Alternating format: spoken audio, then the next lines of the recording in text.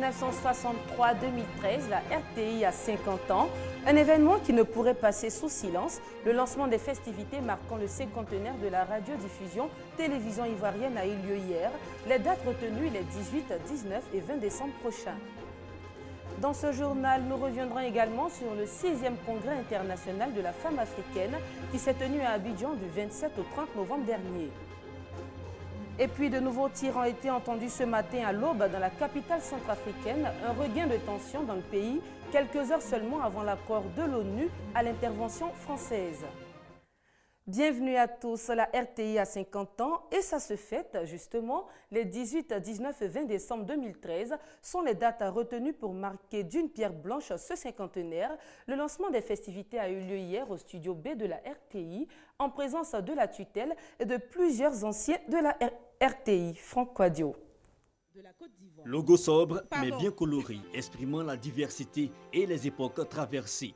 La RTI, radiodiffusion télévision ivoirienne, veut marquer son cinquantenaire. L'aventure débutée en août 1963 n'est pas près de s'achever.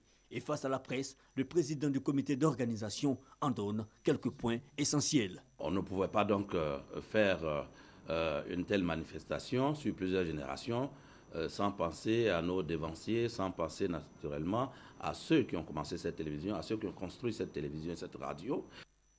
Jusqu'au 17 décembre donc, des journées promotionnelles, suivies du 18 au 20 d'activités scientifiques et festives autour d'un thème. La RTI face aux exigences du service public et aux attentes des auditeurs et téléspectateurs.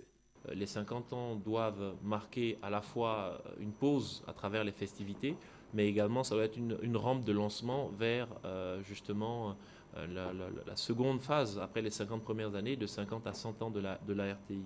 Donc par rapport à cela, nous avons vraiment tenu à écouter les Ivoiriens dans une posture d'humilité pour comprendre leurs préoccupations et leurs attentes.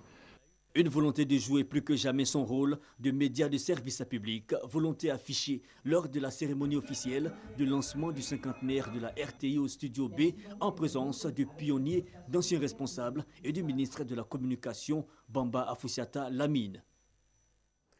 Toujours au micro de Franck Quadio, quelques anciennes gloires de la télévision ivoirienne présentes pour le lancement des festivités du cinquantenaire se sont exprimées sur la qualité des programmes actuels. Regardez. Ce qu'on faisait en 1966 et ce qui se passe aujourd'hui, c'est entre le jour et la nuit. Mais ça, c'est le progrès. La production marche très bien, mais il manque beaucoup de documentaires. Il manque des documentaires, il manque des émissions assez instructives. Mais sinon, dans l'ensemble, tout va bien. Il y a trop de danse. Il faut dire danser moins. Il y a trop de danse. Et je ne vois plus de documentaires à l'antenne. J'ai vu et j'ai apprécié quand le président est parti dans le Béquet. On a fait beaucoup de documentaires et ça instruit les Ivoiriens. Je suis sûr que beaucoup ne zappaient plus, ils n'allaient plus sur d'autres télévisions. Le 6e congrès international de la femme africaine s'est terminé. La rencontre, qui s'est voulue une plateforme d'échange d'expériences, s'est tenue à Abidjan du 27 au 30 novembre dernier sous le thème « La femme africaine face aux défis de paix, de développement durable et de coopération ». On fait le point avec Brouléan. La paix, le développement durable, la coopération, 3 chantiers où la femme africaine doit davantage affirmer sa contribution. Ces défis ont été identifiés après 4 jours de travaux à Abidjan pour faire le bilan du combat de la gente féminine en faveur de l'émergence de l'Afrique. Ont également meublé cette rencontre des formations pour outiller les participants venus des 5 continents contre l'illettrisme, la pauvreté, l'instabilité politique, entre autres les maux qui entravent le développement. Le tout dans l'esprit de la feuille de route du 6e congrès international de la femme africaine. Mettre en place la banque des femmes performantes qui permettrait enfin aux femmes performantes de créer une synergie d'affaires et de coopération, non seulement entre le Sud et le Nord, mais davantage entre le Sud et le Sud. Pour le ministère en charge de la femme, les conclusions du congrès ne resteront pas lettres mortes.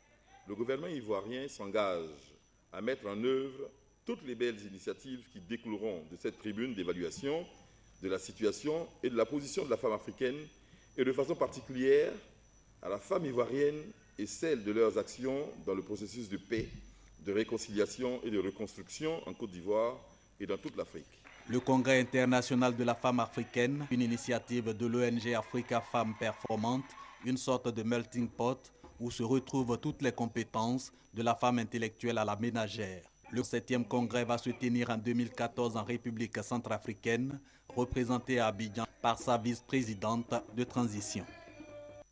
Parlons santé à présent, plus de 18 000 jeunes et adolescents sont séropositifs en Côte d'Ivoire, des chiffres qui démontrent clairement que bien des jeunes ont encore des comportements sexuels à risque. Plusieurs actions de sensibilisation sont entreprises sur le terrain, notamment la journée de sensibilisation à l'attention des élèves du lycée municipal d'Atekoubé. L'initiative est de la Fondation Djigui, La Grande Espérance. On en parle avec Christelle Menant. Sexualité précoce, partenaires multiples, deux types de comportements à risque adoptés fréquemment en milieu scolaire. Près de 4% des jeunes en Côte d'Ivoire ont eu leur premier rapport sexuel avant l'âge de 15 ans. J'ai des rapports sexuels avec ma copine. Nous nous protégeons. J'ai choisi de ne pas m'abstenir parce que c'est la vie, ce sont des choses qui peuvent arriver, mais il faut être consciente.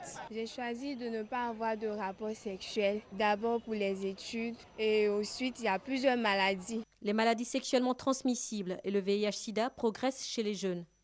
La Fondation Djigui veut contribuer à inverser cette tendance. Elle prône l'abstinence comme recours principal contre le VIH-Sida chez les jeunes. C'est le message principal adressé par l'imam Cissé Djigiba à des élèves au lycée municipal 1 d'Atekoubé. Autre recommandation de l'imam, se détourner des vices, alcool et drogue, et rester focalisé sur ses études. La sexualité a une fonction procréative et il y a un moment pour ça. C'est l'abstinence qui doit être observée, mais surtout comprendre les enjeux économiques, sociaux du VIH-Sida, des jeunes en bonne santé et en pleine possession de leurs facultés. C'est sûrement des cadres de demain et c'est également de cela que nous avons besoin. Cette activité de sensibilisation qui a réuni plusieurs centaines d'élèves a été organisée par la Fondation Djigui en partenariat avec le lycée. Lutter contre le VIH-Sida et les violences faites aux femmes et aux enfants sont en partie les missions de la Fondation Djigui créée depuis 2001. Fin de suspense pour les maires de Côte d'Ivoire. C'est Gilbert Kafana Koné, maire de Yopougon, qui succède désormais à Albert François Amichia à la tête de l'UVICOSI. Il a été élu à l'unanimité par ses pairs hier à l'hôtel du district d'Abidjan. Il n'y a pour ce soir qu'une seule victoire, celle des maires de Côte d'Ivoire. Unis, nous pourrons surmonter les défis de la gestion des villes et communes dont nous avons la charge. Nous devons également faire face aux défis du développement, de l'emploi des jeunes, de la mobilisation des ressources pour les projets d'investissement de nos cités. Ce sont là les premiers mots de Gilbert Koné Kafana, le nouveau président de l'Union des villes et communes de Côte d'Ivoire. Il a été élu ce mercredi à l'unanimité des maires. Ses adversaires, Danho Paulin Claude, maire d'Atekoubé et Kwame Yao Séraphin, maire de Brobo, ont retiré leur candidature en sa faveur à quelques minutes du vote.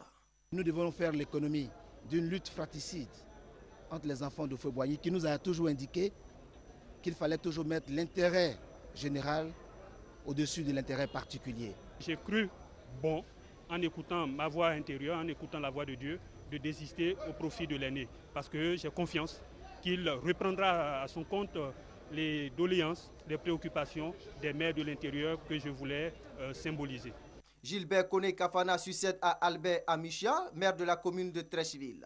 Entre autres actions prioritaires, le nouveau président de l'UVICOSI, par ailleurs maire de la commune de Yopougon, s'engage à rendre fonctionnelles les commissions techniques de l'Union, permettre aux communes les plus nantis d'assister les plus démunis et développer la coopération avec les partenaires extérieurs. En bref, il y a quelques jours au Mali, un charnier de 21 corps avait été découvert dans une fosse commune près de la capitale Bamako, probablement des militaires bérets rouges, selon un responsable du ministère malien de la Justice qui a participé à l'exhumation des corps. Et puis, le Conseil de sécurité de l'ONU s'apprête à adopter ce jeudi 5 décembre aux environs de 14h GMT une résolution autorisant le déploiement d'une force africaine en Centrafrique, appuyée des soldats français. Mais au même moment, sur place en Centrafrique, des bruits de bottes se font entendre. Les habitants de Bangui ont été réveillés ce matin par des tirs à l'arme lourde. Il ne reste plus que 250 000 éléphants sur le continent africain.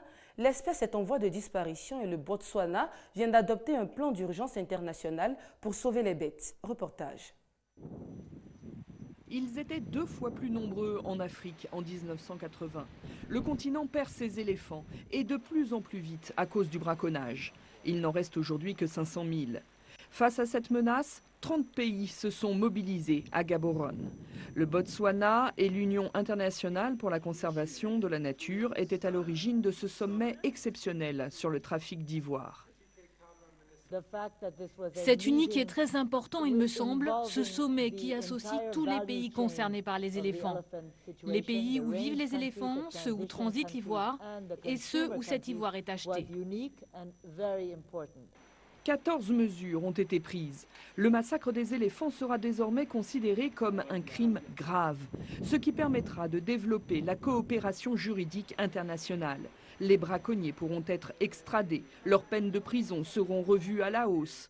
Des actions de sensibilisation sont aussi prévues auprès de ceux qui achètent l'ivoire, notamment en Asie. Tout sera mis en place d'ici 1 an, de quoi rassurer les pays qui abritent des éléphants. Avoir des éléphants, de la vie sauvage, cela fait partie du développement durable. Cela donne des moyens de subsistance aux communautés. Si nous épuisons ces ressources, nous perdons ces moyens, notamment les revenus du tourisme. Les communautés dépendent de ces touristes qui viennent admirer cette vie sauvage. Empêcher le massacre des éléphants va donc bien au-delà de la défense des animaux. C'est aujourd'hui un problème économique et de sécurité. Le trafic d'ivoire alimente plusieurs groupes terroristes en Afrique. Il aura suffi par exemple de 10 défenses d'éléphants pour financer l'attentat du Westgate Mall au Kenya au mois de septembre. En Thaïlande, le départ réclamé de la première ministre est toujours à la base de manifestations dans le pays.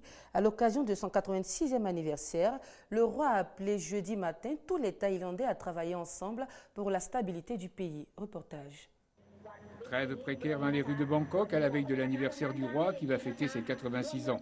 En dépit de l'atmosphère de trêve, des opposants jusqu'aux bouddhistes se sont rassemblés devant le siège de la police nationale. L'opposition refuse depuis plusieurs semaines l'autorité de la première ministre Yingluck Shinawatra, l'accusant d'être la marionnette de son frère Thaksin Shinawatra, chassé des mêmes fonctions par un coup d'État en 2006. Ouvrons la page sport avec le ballon de la Coupe du Monde de football 2014, baptisé Brazuca, qui a été présenté au son des tambours et cymbales mardi dernier à Rio de Janeiro. Baptisé Brazuca par les internautes, le ballon du mondial 2014 a été présenté officiellement à Rio par l'équipementier sportif allemand Adidas, en présence d'anciens footballeurs de renom. Le ballon 100% brésilien d'un poids de 437 grammes a été testé durant 2 ans et demi par 600 joueurs et 30 équipes du monde entier. Le premier coup d'envoi avec Brazuca est prévu le 12 juin pour le match d'ouverture à Sao Paulo. Toujours en sport, la 3e journée du tournoi international du district d'Abidjan, TIDA 2013, a vu la qualification de la SEC Mimosa pour les demi-finales de la compétition. Le résumé de Salif Ouattara. La 3e journée du TIDA 2013, disputée ce mercredi, a permis la qualification des 4 demi-finalistes de la compétition. Dans la poule A, les jeunes Marocains de l'Académie royale Mohamed VI ont réussi la passe de 3 en disposant des jeunes Burkinabés du Kada School International. Seconde rencontre de la poule A. ASEC Mimosa Academy Golden Star du Nigeria a été soldée d'1-0 pour les Chobouillans académiciens jaune-noir. 13e minute, Loi Davila envoie un retrait d'école à son partenaire Youssouf Dao qui ouvre le score d'une tête plongeante. Dans la poule B, les jeunes gagnants de Fernord Academy se sont livrés à un véritable festival. 7-1, c'est le résultat de cette rencontre. Les Béninois du Team 360 n'ont pu résister aux assauts du joker ghanéen Charles Boateng. L'autre match de la poule opposait le FC Barcelone au Volcan Junior et Côte d'Ivoire. Après son pénalty manqué à la 19e minute, Alexis Meva et ses coéquipiers résistent aux attaques ivoiriennes jusqu'à la fin du match. C'est au tir au but que les Abidjanais ont finalement eu raison des Catalans. Pour cette 2e édition du tournoi du district d'Abidjan, l'Académie royale Mohamed VI, la SEC Mimosa d'Abidjan, le Fernord Academy du Ghana et le FC Barcelone sont en demi-finale. Rappelons avant de nous dire au revoir que le président de la République, Alassane Ouattara, est en ce moment à Paris pour prendre part au sommet franco-africain sur la paix et la sécurité en Afrique. Voilà, c'est ici qu'on s'arrête pour aujourd'hui. Merci de nous avoir suivis. Prochain rendez-vous de l'information 19h30, toujours sur RTI 2.